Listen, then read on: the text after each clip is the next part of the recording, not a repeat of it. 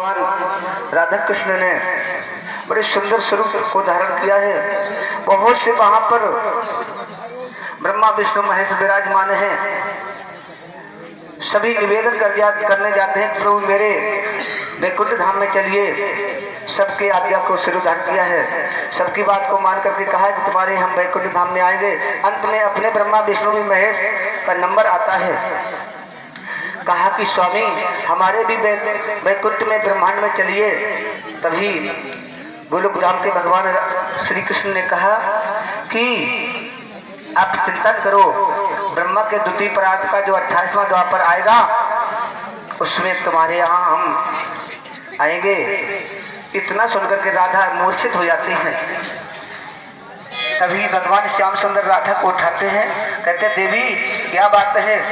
राधा कहती स्वामी जब आप उस ब्रह्मांड में चले जाएंगे तो हम कैसे रहूंगी, क्योंकि देव राधा कृष्ण एक ही है। भगवान श्याम सुंदर कहते तुम चिंता न करो, समस्त गोलोक धाम उतार करके साथ ले चलेंगे। और कहा कि राधे और आपसे कहता हूं कि परम धाम का जो पूर्ण ब्रह्म परमात्मा है उनकी स्वामिनी है श्यामा महारानी। श्यामा महारानी का राधे तुम्हारे अंदर प्रभाव आवेश होगा और राज्य परमात्मा का आवेश भगवान श्याम सुंदर कहते मेरे अंदर होगा। इस तरह से परम धाम के पूर्ण ब्रह्म परमात्मा का आदेश भगवान कृष्ण कन्हैया के अंदर आया है और इससे ब्रह्मांड के मालिक विष्णु भगवान भी श्याम सुंदर कन्हैया के अंदर समाहित हो जाते हैं। कहा भी है, शास्त्रों में वर्णन किया है कि कृष्ण कृष्ण सबको ही कहे, पर भेद न जानत कोई, और नाम तो एक ही विद सही, पर लीला तेरे गुण होए। उनकी 3 प्रकार की लीला होती है। नाम तो एक ही विद सही, पर लीला त्रिविध होए। 3 प्रकार के उनके अंदर भेद है बताया है। तो प्रथम भेद वैकुंठ का, दूजा है गोलोक, और तीजा धाम अखंड परम धाम का कहे पुराण विवेक। शास्त्र में ऐसा वर्णन आया है कि भगवान विष्णु जो हैं वो भी और गोलोक धाम और परम धाम के तीनों की शक्तियां एक ही स्वरूप में प्रज्वलित हो जाती हैं, एक ही कृष्ण के अंदर समाहित हो जाती हैं। ऐसे भगवान कृष्ण के अंदर 3 प्रकार की शक्तियां हैं। और नहीं तो बताया है, सनत कुमार संहिता में कहते हैं साक्षात कृष्णो ब्रजे नित्यम स्वासे नैव विहारणा, तन श्यांसो ही मथुराया वासुदेवो जगत गुरु। यानी पूर्ण ब्रह्म परमात्मा ब्रज में जिसने लीला की है वो डायरेक्ट परम धाम के पूर्ण परमात्मा है, पूर्ण ब्रह्म। उनके ही अंश स्वरूप गोलोक धाम के हैं। उन्होंने मथुरा में राज्य किया है। इसके बाद में जो द्वारका की जो लीला है वो उनके जो मथुरा में राज किया उनके अंश हैं। बोलिए सदगुरु महाराज की। इस तरह से भगवान कन्हैया की 3 प्रकार की लीलाएं हैं। ज्यादा जानने के लिए आप लोगों को समय और कभी देना पड़ेगा हमें। इस तरह से प्यारे भक्तों, अभी आप लोगों के समक्ष में हमारे आदरणीय 2 शास्त्रों के द्वारा सुंदर कथाएं आप लोगों ने सुनी हैं और आज आप लोगों के समझ बड़ी सुंदर कथाएं और प्लस महाराज की झांकी अभी बहुत जल्दी आने वाली है। आज की झांकी वो आ रही है जिस झांकी को देखने के लिए स्वयं शंकर भगवान जिस समय महाराज हो रहा था तो शंकर भगवान को भी गोपी बनना पड़ा।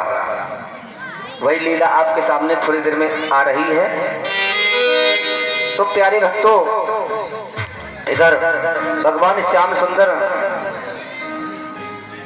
चीर हरण की लीला करते हैं। अभी शास्त्री जी के द्वारा बताया गया है चीर हरण लीला क्या है। जिस समय मनुष्य के अंदर मान का भाव आ जाता है उसी समय उस मान को निकालने के लिए भगवान ने गोपियों के अंदर ये थोड़ा मान आ गया था कि उनके जो वस्त्र हैं वो किनारे पे रखे थे और जल में घुसी थी और जब कन्हैया ने वस्त्रों को टांग दिया, बंसी बजाई, तो सभी गोपियां कहती हैं श्याम सुंदर मेरे वस्त्रों को दे दीजिए। कन्हैया कहते ले जाइए। अब गोपियों के अंदर मान था कि वो जो है उनके अंदर लाज का मान था, तो कहती श्याम मेरे वस्त्र दे दीजिए। भगवान श्याम सुंदर ने कहा कि हे बालिकाओं, हम तुम्हारे पिता भी हैं। जैसे कोई पिता अपने बालक को नग्न अवस्था में भी देखता है, ऐसे पूरे ब्रह्मांड के मालिक हैं। हम तो तुम्हारी आत्मा के पति हैं, इसलिए छोटी छोटी बालिकाएं हैं, 5 से 7 साल की हैं, क्योंकि उनको कुमारी कहते हैं, कुमारिका कहते हैं, गोपियों की बिटियां हैं। और सभी बालिकाएं जो है अपने पुरैन के पास से अपने अंगों को ढक के आती हैं। भगवान श्याम सुंदर ने कहा कि तुमने गलती करी है, वरुणदेव का अपराध किया है, नग्न होकर के स्नान किया है, इसलिए तुम भगवान को प्रणाम करो। जैसे गोपियों ने उन बच्चियों ने प्रणाम किया तो देखते क्या है कि ये पत्ते तो कुछ भी नहीं है, उनके अंगों में इतने सुंदर वस्त्र आभूषण है, चिन्मय वस्त्र है, ये संसारिक वस्त्र नहीं है। अरे भला जो दुनिया की लाज को रखता है, मेरा परमात्मा दुनिया की लाज को बचाने वाला है, वो किसी की लाज को ले नहीं सकता। प्यारे बच्चों, सभी बालिकाएं देखती है बहुत सुंदर वस्त्र। जैसे ही उन्होंने सही से हाथ लगाया और परमात्मा को कृष्ण को प्रणाम किया, उसी समय देखा कि उनके अंगों में इतने चिन्मय वस्त्र धारण किए हुए हैं। जो वस्त्र भगवान कन्हैया ने कदम के वृक्ष में टांगे थे वो टंगे ही रहे। गोपियों ने, उन बालिकाओं ने चिन्मय वस्त्रों को धारण किया है। इस तरह से भगवान श्याम सुंदर ने उनके लज्जा को निकाला है। उसी दिन से परमात्मा से बहुत प्रेम हो गया। भगवान कन्हैया कहते देवियों चिंतन करो, महारास में तुम्हें रास में सम्मिलित होने का अधिकार प्राप्त हो गया है। बोले कृष्ण कन्हैया लाल की। इधर भगवान श्याम सुंदर जंगल में बछड़े चराने जाते हैं। कुछ ग्वालों ने कहा भैया बहुत तेज भूख लगी है। तभी भगवान कन्हैया कहते हैं चिंता न करो, यहाँ से थोड़ी दूर पर ही कुछ ब्राह्मण स्वर्ग जाने के लिए यज्ञ कर रहे हैं, उसी जगह चले जाओ और वहां से भोजन लेकर के आओ। जैसे सभी ग्वाले वहां पर जाते हैं, कहते हैं कुछ ही दूर पर हमारे श्याम विराजमान हो गए हैं, उन्होंने भोजन मंगाया है। तो ब्राह्मणों ने यज्ञ कर रहे थे स्वर्ग जाने के लिए, तो यज्ञ के उद्देश्य से उन्होंने उन बालकों को पहचानने से मना कर दिया और भोजन नहीं दिया। अंत में भगवान श्याम सुंदर ने दोबारा भेजा है, कहा जाओ उन ब्राह्मण पत्नियों के पास जाइए और वहां जाकर के उनकी पत्नियों से भोजन मांग करके लाइए। तो बताया है अरे भोजन न दिया उन ग्वालों को, भोजन न दिया उन ग्वालों को, मोहन के पास में जाते हैं और मनमोहन जी उन ग्वालों को निज पत्नियों के पास पठाते हैं।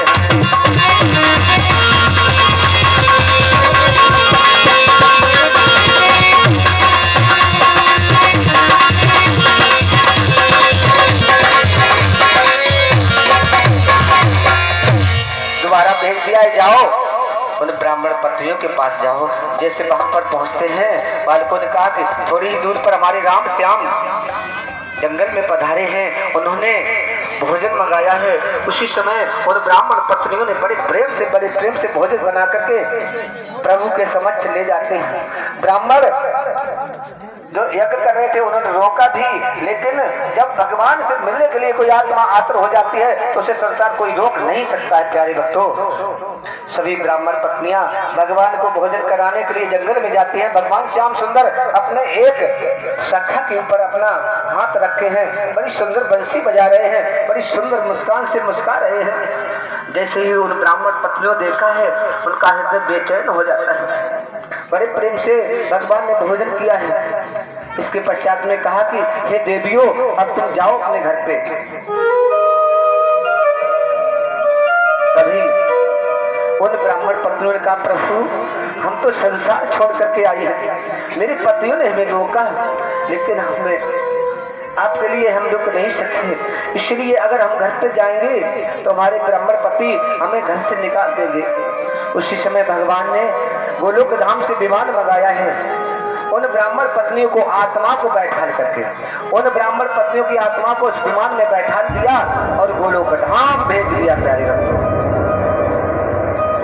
उन ब्राह्मण पत्नियों की छाया को उस तन में प्रविष्ट करके और ब्राह्मणों के पास भेज दिया है। ब्राह्मण बहुत प्रसन्न हो जाते हैं। अरे देवियों, मैं तो भगवान से मिल नहीं सका मगर तुम भगवान के दर्शन करके आ गई हो, तो बहुत धन्य हो। इस तरह से भगवान श्याम सुंदर लीलाएं कर रहे हैं। प्यारे भक्तों, आगे एक बार की बात है, भगवान श्याम सुंदर ने विचार किया कि हमने वचन दिया था गोवर्धन की पूजा कराने का।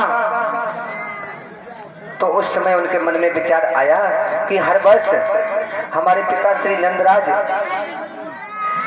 इंद्र की पूजा करते हैं, आज गोवर्धन की पूजा कराई जाए। उसी समय पिताजी से कहा, हे पिताजी, आप ये बड़े सुंदर व्यवस्था कर रहे हैं, किसकी पूजा कर रहे हैं? तभी नंदराज ने कहा, बेटा, ये हर साल इंद्र की पूजा होती है, हम उन्हीं इंद्र की पूजा कर रहे हैं। तभी भगवान श्याम सुंदर कहते थे, नहीं पिताजी, अब इंद्र की पूजा नहीं होगी, अब तो गोवर्धन की पूजा होगी। हमारी गैयाएं, हमारे बछड़े गोवर्धन की तलैटी में चढ़ते हैं, वहीं से पुष्ट रहते हैं। इसलिए बाबा, आज गोवर्धन की पूजा करिए। जब इस तरह से कहा तो सभी ग्वाले संतुष्ट हो जाते हैं और इंद्र की पूजा छोड़ दी जाती है। अरे मोहन गोवर्धन के बीच, अरे मोहन गोवर्धन के बीच, इंद्र पे कोपे सामरिया।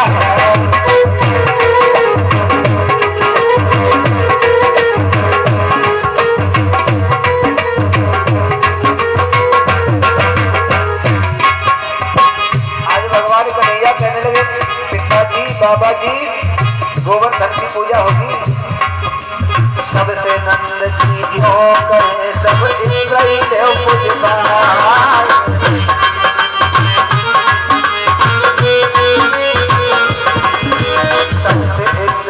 सबसे नंद की जो कहे सब इंद्र ही देव पूजवाए।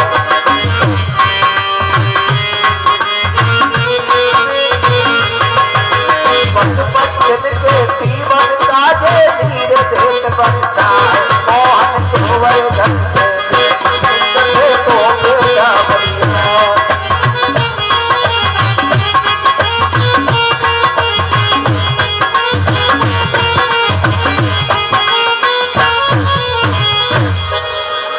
भगवान कन्हैया कह लगे, बाबा, आज तो इंद्र की पूजा नहीं होगी,